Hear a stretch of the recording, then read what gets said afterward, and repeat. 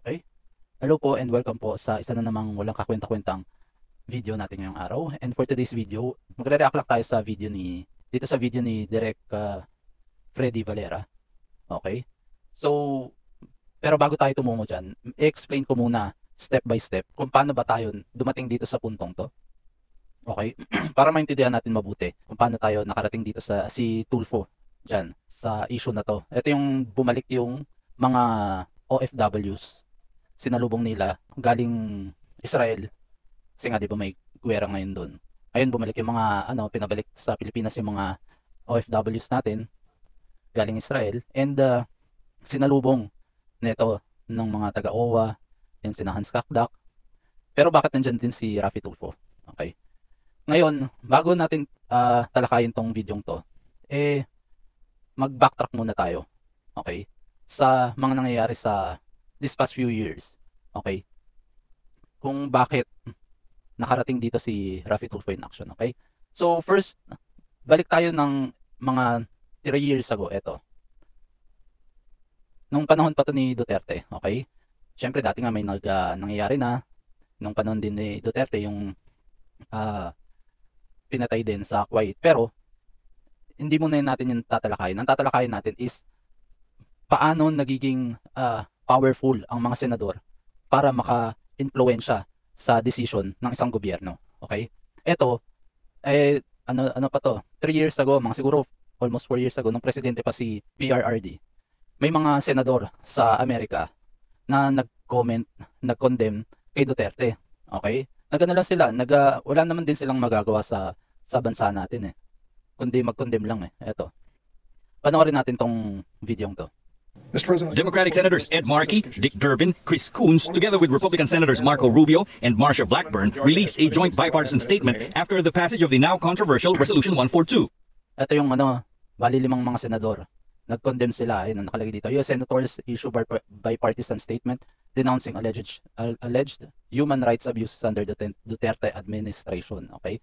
Kumbaga nakikialam din sila sa ibang bansa. Okay? Pero hindi naman si Duterte ito nasa. The main sponsor of the resolution, Senator Markey, leads off by saying the passage of the resolution makes clear the Duterte government must end its human rights abuses. Ayun, nagko-comment sila sa kung paano yung pamamalakad ni Duterte noon sa drug war campaign ni Duterte. Ngayon, etong mga senador na to nagko-comment sila. Actually, comment lang naman kahit may ipasa silang statement Ayun, mga statement lang naman to Senator Durbin adds, the resolution shows the U.S. Senate is united in its condemnation of the Duterte government's troubling behavior. Ayun, di ba?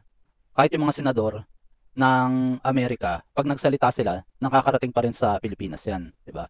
Kumbaga, kahit wala silang power sa Pilipinas, may mga, pag nagsalita ang mga senador, kahit sa ibang bansa, nakakarating pa rin yan sa bansa na pinatutunguhan nila, di ba? Detained Senator Laila de Lima herself released a statement thanking American lawmakers. She added, ito yung nakulong na siya kaya sumulat na lang siya sa mga senador. Ayun, Laila de Lima, tapos nag-appeal siya sa US, tapos etc. Okay? Tapos, syempre, makakarating din sa Pilipinas, sa presidente ng Pilipinas, okay? From American senators to the President of the Philippines, di ba? Kahit na senador, di ba? Nai-impluwensyahan pa rin nila yung ibang leader. Okay? Morning, Mr. President. Yes, sir. Morning.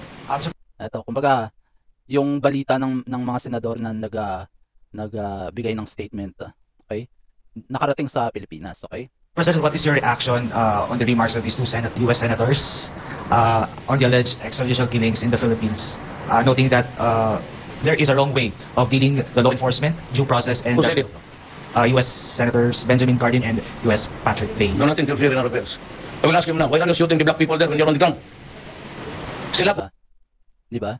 Kumbaga, pagka ang ibang bansa, pwede silang magsalita ng kahit na opinion nila, itong sa US nga nagbigay sila ng resolution na i-condemn si Duterte, okay? Sumagot si Duterte, do not interfere in our affairs, di ba? So, nakikita natin na kahit na magsalita yung ibang bansa sa ibang leaders, may mga reaction na ganito, katulad si Duterte, nag-react siya na huwag kayong makialam sa Pilipinas, okay? Kung paano kami magpatakbo. Pero yung message ng mga senador ng US nakakarating sa Pilipinas, 'di ba? Kaya nga nakaapekto to sa lipat tayo dito kay Bato de la Rosa. Okay? Nakaabot to kay Bato de la Rosa. Kumbaga, isa to sa mga parusa na binigay ng US sa Pilipinas kasi alam nila si Bato de la Rosa noon, yung PNP chief, police chief ng Pilipinas nung may drug war campaign si Duterte. Okay? Ngayon, nag-apply si Bato ng US visa, na-cancel. Bakit? Kasi nga, kinokondemn nila yung Duterte administration eh. Si Bato, kasama siya sa Duterte administration. Okay? So, may epekto rin yung pag-condemn ng mga senador ng Amerika sa Pilipinas. Okay? Pero dati meron na daw visa si Bato, i-renew niya na lang, pero this time, na-cancel yung in-apply niyang visa. Kasi nga daw, may pamilya siya sa Pilipinas, tapos nakakapanood pa daw siya ng mga laban ni Pacquiao dati sa US. So, nakakapunta na siya. Hindi to yung first time na mag-apply siya ng visa. Pero nung i-renew niya na yung US visa niya, na-cancel. So, may epekto pa rin na nangyari. Kaya nagalit din dito si Duterte. Tapos sabi niya, goodbye to visiting forces agreement ng Amerika at Pilipinas. Okay? So, dito nakikita natin na kahit na senador sila, meron pa rin silang power na makialam sa ibang bansa. So, dadako na tayo dito. Ito yung nangyari dito nung last year na may pinatay sa Kuwait. Okay? Tapos napabalita rin na nagbigay ng strong message, sinasabi niya, na patungkol para sa mga Kuwaiti government. Okay? Ayan, nakalagay dito. Tulfo wants total deployment ban on Kuwait after Julie Beranara slay. So dito, senador na si Tulfo dito. Okay?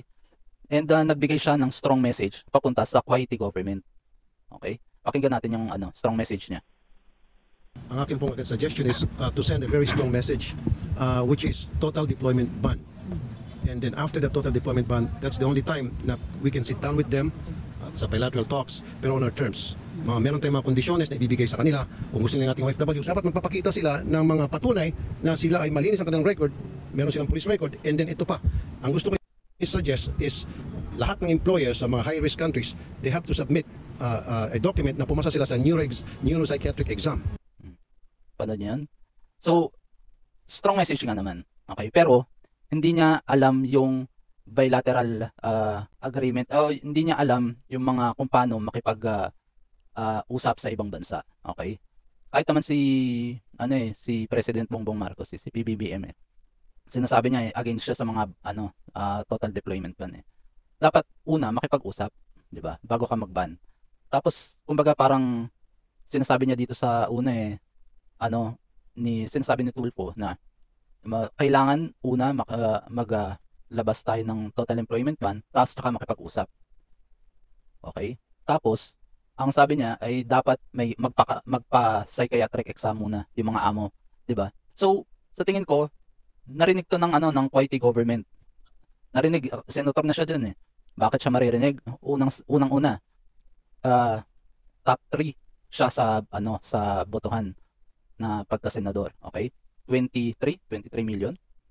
Okay? Number 2, influential siya kasi makikita nila may YouTube channel 2 26 million, 'di ba? Kaya yung mga sinasabi niya is may impluwensyahan yung mga Pilipino sa pag-iisip na dapat na masama yung mga Kuwaiti. Sa pananalita pa lang ni Tulfo, ang sasama na ng mga Kuwaiti sa kanya kasi sa Kuwait na nangyari to Ibig sabihin ng mga Kuwait, yung mga amo ng Kuwaiti, kailangan nila magpa-psychiatric test bago sila mag-hire ng mga Pilipino. 'Di ba nakaka-offend naman yun na kailangan mong magpa-psychiatric evaluation, 'di ba? So, eto nakarating to sa Kuwait anong sinagot ng mga Kuwaiti government. Actually, hindi ang Pilipinas ang total deployment ban Ang Kuwait ang sabi, stop na kayong magpadala sa amin ng mga trabahador. Mag-cancel muna yung mga visa ng mga Pilipino. Silang bumalik ng response kasi narinig nila yung yung message ni Tulfo. kahit hindi sinasabi ni PBBM to, katulad nga ng dito sa US senators, kay Duterte, bandang huli, nagkaroon din ng epekto sa gobyerno. Kasi PNP chief siya under pa rin siya ni Duterte. Parehas lang. 'Di ba? Pero, yung mga Kuwaiti, sila na nagpataw ng deployment na pumasok yung mga Pilipino sa bansa nila. And so marami ang mga Pilipinong naapektuhan dito.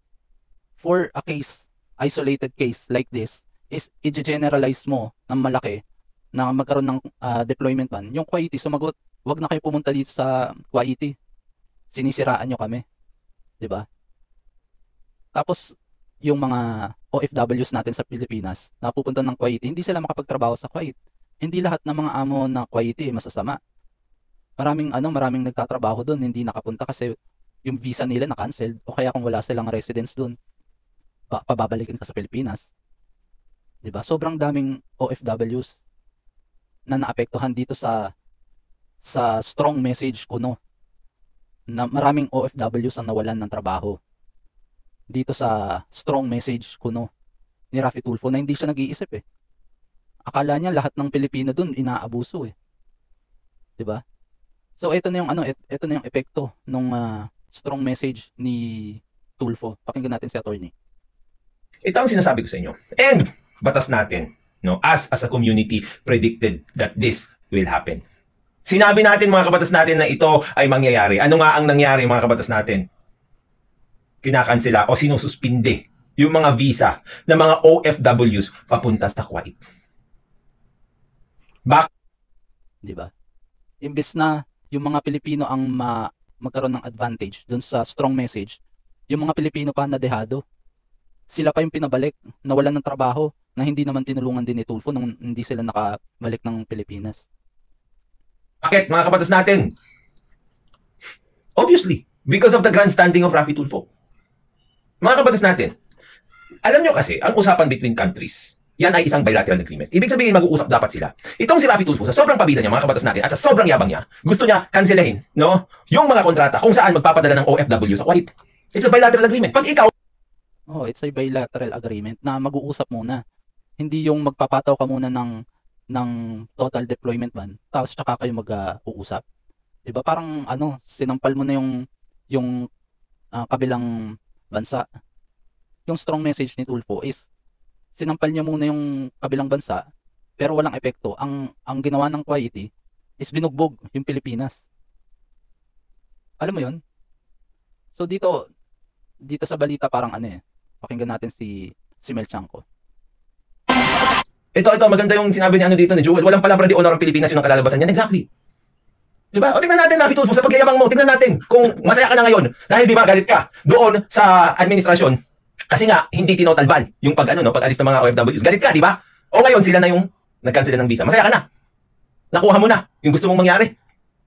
Wait, banta ng wait. Opo, kasi ito yung mga isa sa mga OFWs na na-offload na papunta sa Kuwait dahil nga may kinancel na yung mga visa. Ito. Skilled worker naman po, hindi naman po DH. Nasa Dubai na, pero hinarang pa ang Pinay skilled worker. Nasa Dubai na, papunta na ng Kuwait. Sabi hindi na daw pwede kasi may ban ng mga Pilipino. Naban yung mga Pilipino. Ito at hindi na pinasakay sa connecting flight niya. Pati hindi na raw kasi pwedeng tanggapin ang kanyang skilled worker visa. For this one, kailangan Masaya ka na, Raffy Tulfo. Di ba yan ang gusto mong mangyari? Pero bandang huli wala siyang ni isang statement dito sa mga nangyayari sa mga OFWs na naban sa Kuwait, na nawalan ng trabaho sa Kuwait. Binigay sa'yo. Yung Kuwait na nagbigay ng deployment ban sa Pilipinas. Hindi na yung Pilipinas. Pero yung strong message ay galing kay Tulfo. Binigay sa'yo! Oh, saan yung mga Tulfonatics dito? Mag-comment! Oh, Pakinggan natin si... hindi ba yan ang gusto niya? No, yun ang gusto niya Pati yung Kuwait na nagpahinto na pumunta yung mga Pilipino sa Kuwait. Ano nangyari? Ang daming nawalan ng trabaho sa Kuwait, di ba? ang hindi nag-cover sa inyo, wait. Agad niyang pinadala ang video ng usapang yan sa kanyang recruitment agency dito sa Pilipinas na inaasikaso na ang kanyang pag-uwi. Isado ba? Tulad ng sinabi ko sa inyo, si Raffy Tulfo kasi hindi siya maapektuhan at hindi niya iniisip yung mangyayari. Ano naapektuhan dyan? Yung tao. Yung tao mismo na babiyahe. Di ba? Doon sa Kuwait, yung employer niya naapektuhan din. Ito ang mga agencies naapektuhan din. Anong gusto ni Raffy Tulfo? Iban na agad ang deployment. Huwag na magpalabas ng tao. Yan, binigay na sa'yo Raffy Tulfo. Masaya ka na. Sabi niya, batas natin kawawa yung pamilya ng mga nawalan ng trabaho. Actually, hindi lang iisa. Yung ganyan na nangyari, madami. Because the visas were canceled. Nakansela mga kabatas natin. Parang ano yung time na to, hindi pa lumalabas yung exact numbers ng mga Pilipino na hindi nakapunta na hindi na nakabalik sa Kuwait. Pero parang bandang huli, parang nasa 3,000 plus yung mga OFWs na ang huli kong pagkakatanda, mga nasa 3,000 plus yung mga hindi nakabalik ng Kuwait. We said that this will happen. Memorandum daw po ang government ng Kuwait na wala daw pong makaka-deploy dito doon na mga workers po. So, Di ba yan ang gusto ni Rafi Tulfo? O kinausap ni Rafi Tulfo yung Kuwait para yung Kuwait ang tumupad ng gusto niya kasi di ba? Diyos na buhay siya o buhay na Diyos. Diyos na buhay. Siya yung nagsabi di ba na dapat total deployment ban, di ba? kaya nga nagtatrabaho sa magkikipagsapalaran sa labas para di ba? Sa hirap Yan. Pinaiyak mo Rafi Tulfo. at ng buhay dito sa Pilipinas. So bakit ganito yung nangyayari? So para sa kalaman ng iba, hindi naman kasi porket mag-abroad, akala okay na di ba? Yan yung isa sa mga epekto ng mga sinabi ni Tulfo na nagsasalita muna nang hindi nag-iisip, di ba? Iyak na si Kuya Rafi Tulfo. Pero bandang huli, sino ba tumulong sa mga na-offload na OFW sa Kuwait na na-offload? Wala. Ni isang OFWs. Wala siyang natulungan. Hindi nga siya nagsalita dito sa isyong to sa mga OFWs na offload na hindi nakabalik sa Kuwait para magtrabaho. Tapos tahimik ka na naman dito sa issue na ito. Parang yung brownout. No, ng chip. Reporters Incorporated o PASE, ikinagulat nila ang advisory na inisyu ng gobyerno ng Kuwait. Ayon dito, hindi tatanggapin ang lahat ng pasaherong galing Pilipinas kahit pa sila ay may visa, maliban na lang kung sila ay may valid residence visa at Di ba yan ang gusto mo mangyari, Rafi Tulfo? Pinagbigyan ka! So, siguro, panoorin nyo na lang tong episode na to kay Attorney Libayan sa channel niya. Kung bakit ngayon, damage control na si idol nila. Okay? This was last year. Ito, last year pa to. Yan, 5 months ago. 5 months ago. Okay? Kailan yun? Hindi lang last year. Okay? Kasi 5 months ago din, parang nag-hearing sila dito kay Julie Beranare. Pero bandang huli, iniwan na rin niya. Okay? Yan, Rafi Tulfo's grandstanding and Julie Beranara aftermath on Kuwait visa. Okay, panoorin niyo na lang sa channel ni Attorney Libayan. Ngayon, syempre, hindi siya magsusorry dito sa mga OFWs na ban, na hindi na nakabalik ng Kuwait. Yung mga OFWs na nawalan trabaho. Na siya, damage control na siya. Ngayon, para bumangauli yung pangalan niya sa mga OFWs, kailangan makisipsip siya. Okay? Panoorin naman natin ngayon yung video ni Direk Freddy Valera. Meron siyang secret weapon, di ba? Hi Jared, bola ka pa. Pansinin nyo, meron siyang mic dito sa kanyang Amerikana. So, ibig sabihin, malamang may nagbibideo sa kanya dyan, at tapos, para nga naman yung audio ng sinasabi niya, clear, loud and clear, para pag in-upload, siguradong malinaw. Sabay ang ganun. Kumbaga, nagre-reaction video siya sa sarili niyang video, tapos parehas pa yung reaction niya. Nakakatawa talaga. Shoutout sa Gibron Domelet natin dito sa IRRJDC. No. Kala mo, malinaw mata ko. Huli ka, balbon. Di ba? Naka-ready na dito sa press conference. May sarili siyang mic. Yung ibang mga katabi niya, wala Siya lang ang meron Ayun nakatago doon. Diba? Abangan natin. Baka mamaya may lalabas na yung video sa pagsundo. Aanhin mo, ikaw lang ang merong. Kaya niya, ni-reactionan yung video niya kasi may reaction siya sa panibagong video. Okay? Rode microphone. Siyempre, pag nag-sketch ka dyan, pag ikaw ay ni-record, mag-record kayo sa isang concert, contest, okay, may kumakanta, sa live band, bar, hindi maganda ang audio niyan. Mag-record kayo video, pangit, di ba? So, para maging malinaw, meron kang sariling mic nandito. Okay, at yan na nga mga kaiksena, ang kutob ni Direk Freddy Valera. At hindi nga ako nagkamali. Totoo nga. At eto na nga. Ayun. Bidang-bida, ito na yung mga OFWs na galing Israel na pinauwi ng Philippine government. Take note, Philippine government ang nagpauwi sa kanila, ang tumulong sa kanila para makauwi, hindi si Senator Rafi Tulfo. Pumunta lang siya doon para magpabida.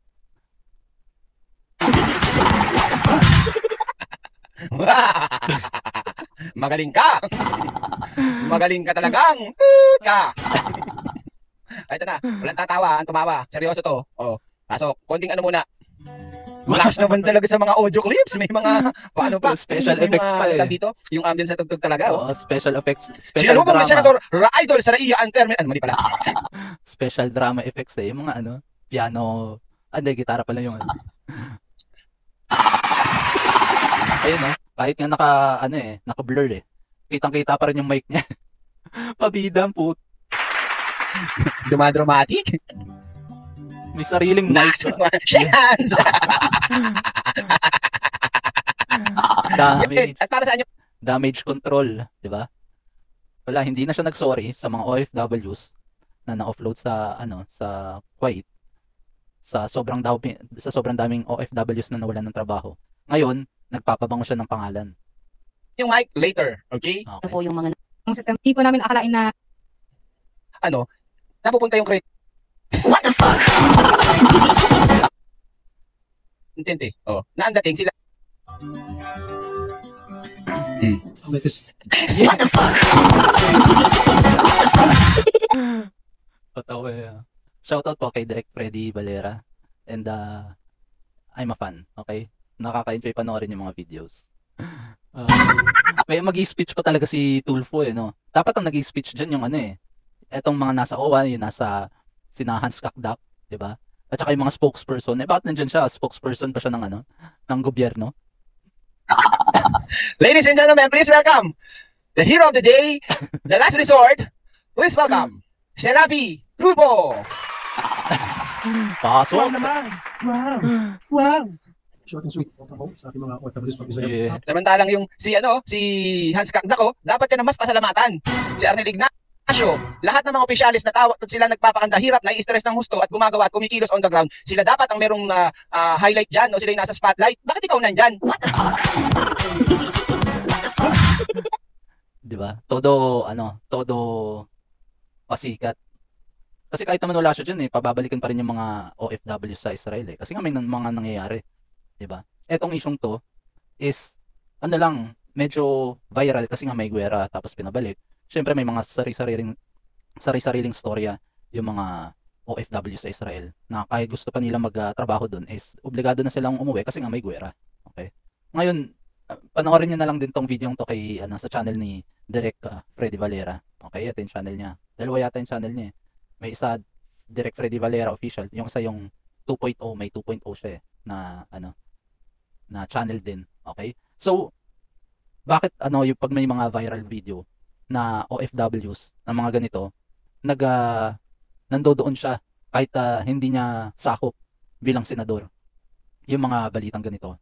Ngayon, lastly, pumunta naman tayo dito sa video ni I am Sean Wayne. Shoutout po. I'm a big fan. Big fan din po ako ng channel niya. Ngayon, na-feature niya rin yung video na kakapanood lang din natin. Pero may pinoint out dito si Miss Sean Wayne sa video niya na bakit pagka-viral video, viral na issue, nandoon. May camera, may mic pa, 'di ba? Pero panoorin natin 'to. Okay. Eto lang guys, etong si Direk Freddy, isa rin po siyang OFW as he speak right now, no? Alam niya yung pakiramdam na nagagamit ang mga OFW. Kahit ako gain kung ano pa man. Fast forward tayo dun sa i-erase niyang issue. Ito. OFW na nanggaling po ng Saudi. Okay? Inuwi po siya. Ito po ay namatay. No? Or rather, pinatay. So, ayon nga dito sa news ni The Manila Times, syempre, palalaki natin para ma-appreciate ninyo. Ayon nga dito, OFW remains from Saudi home. So, October 14. Sabi natin, the remains of an OFW died from stab wounds last September. In case he has arrived home to rest, the Department of Migrant Workers, said Friday. Marjorie is home through the combined efforts of the Embassy of Saudi Arabia, our migrant worker officers, our Overseas Worker Welfare Administration. We have brought her home to rest. It is with broken heart that we mourn her loss, that we bring her, mahirap talaga magbasa doon, her home in this manner, the victim of one senseless act of violence we have yet to comprehend. So dito sa part na to guys, kitang-kita mo naman. Una, sino nasa picture? Sino to? Si Sir Arnel Ignacio. But never in-emphasize dito yung pangalan niya. Kita ba? Instead, lagi niyang binibitbit yung buong ahensya. Even DMW. Si Arnel Ignacio, sobrang laki ng naitulong sa PBBM administration pagdating sa mga OFWs. Kasi dati parang ano lang siya sa OWA nga lang din siya, pero hindi pa siya yung parang isa sa mga namumuno nung panahon ni Duterte. Pero ngayon, medyo tumaas yung posisyon niya, mas marami na siya natutulungan na OFWs, napapaganda niya yung mga services, yung mga hotlines, na talagang nakikita na nagtatrabaho si Sir Arnel Ignacio. Give up niya, sa tingin ko, give up niya yung showbiz career niya para makatulong sa mga tao. Yung bandang 90s, alam mo yung bandang 90s? Nabalitaan ko na nasa Pilipinas pa rin ako, na si Arnel Ignacio mayaman na to eh. Parang siya yata nung 90s, parang siya yung nagkaroon ng pinakaunang Ferrari sa Pilipinas. Correct me if I'm wrong yun yung mga nababalitaan na sa Pilipinas eh. Siya yung unang nagkaroon ng Ferrari sa Pilipinas. Parang gano'n. Ewan ko lang kung totoo. Siyempre, marami naman mayaman din sa Pilipinas. Tapos, mayaman na to si Arnel Ignacio. Pero ngayon, kumbaga, siguro dumating na siya sa point na hindi niya na kailangan ng fame. Okay? Hindi niya na kailangan ng kasikatan. Ang gusto niya, dumating na siya sa point na gusto niya makatulong sa mga tao. Yan yung totoong tulong. Yung talagang kahit na hindi ganun nababalita, tingnan mo dito, sa parang nagtatago pa si Arnel Ignacio, tinatakpat pa niya yung mukha niya eh. Parang ayaw niya magpasikat para tumulong. Alam mo yun? Pero itong isyong to, hindi to na-emphasize sa media. Oo, lumabas sa sa Manila Bulletin itong storyang to. Pero hindi siya viral eh. Kaya hindi makakahakot si Tulfo ng simpatya dito sa storyang to. Kumbaga parang nag-damage control na siya, na parang sumikat uli siya bumango uli yung pangalan niya sa mga OFWs. Kahit hindi niya natulungan, kahit tinulungan niya na mawalan ng trabaho yung mga OFWs sa Kuwaiti, is magpapabango siya, magpapa-viral siya sa mga OFWs. Kasi pagdating dito sa sa mga mga pinabalik na OFW sa Israel hindi naman siya tumulong ba't ka nandyan? 'Di ba? Anong ginagawa mo diyan para pasalamatan ka? Na hindi naman, yun ang tinatawag nila doon is credit grabber. 'Di ba?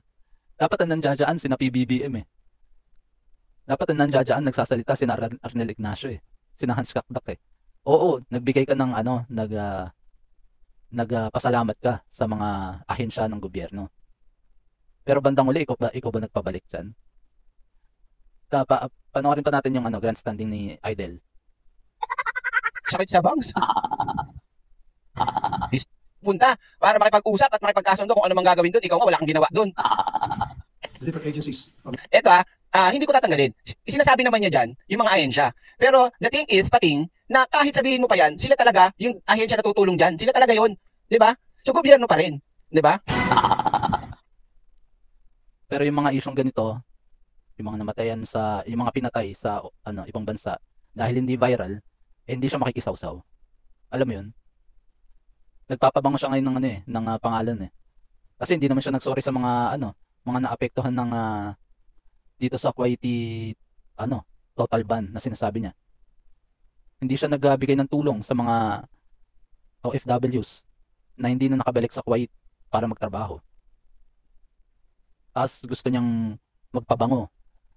Sobrang daming mga Pilipinong hindi nakabalik sa trabaho nila sa Kuwait para masuportahan yung mga pamilya nila.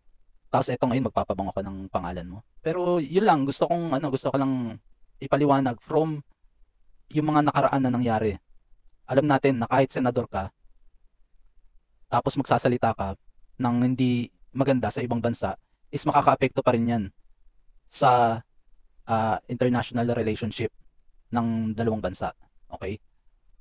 Katulad nito, kahit wala silang ginawa, nagpasa sila ng resolution na i-condemn si Duterte, bandang huli, naapektuhan pa rin ang Pilipinas.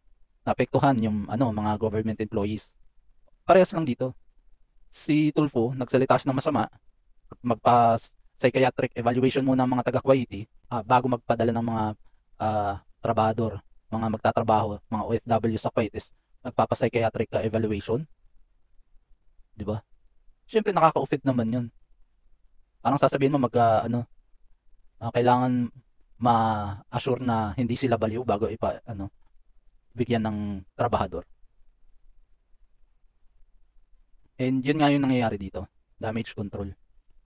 kailangan pabanguhin niya na yung pangalan niya pagka viral. Pero pagka hindi viral, marami pa nabanggit si Miss Sean Wayne dito na kaso na hindi viral, mga OFWs. So yun lang po, damage control sa pangalan niya. Kasi syempre iniisip niya na yung future niya sa pagtakbo ng 2028, alam niya na. So kailangan mabango lagi. Okay, so yun lamang po. So please paki-follow po ako sa Facebook page natin, and paki-subscribe na rin po ako sa YouTube channel natin. Maraming salamat po sa mga sumubaybay sa walang kakwenta-kwentang video natin ngayong araw, and ingat po tayong lahat. Okay, ciao ciao.